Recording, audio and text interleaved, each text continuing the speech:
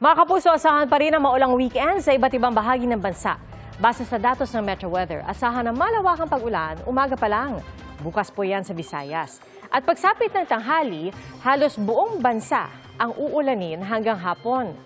Umaga ng linggo, may pag-ulan na sa halos buong Luzon.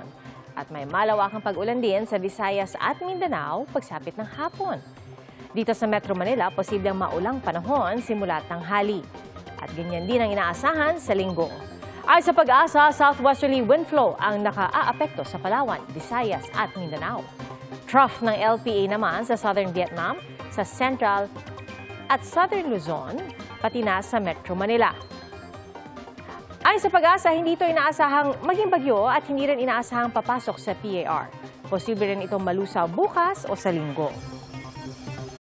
Mga kapuso, maging una sa saksi. Mag-subscribe sa GMA Integrated News sa YouTube para sa iba't ibang balita.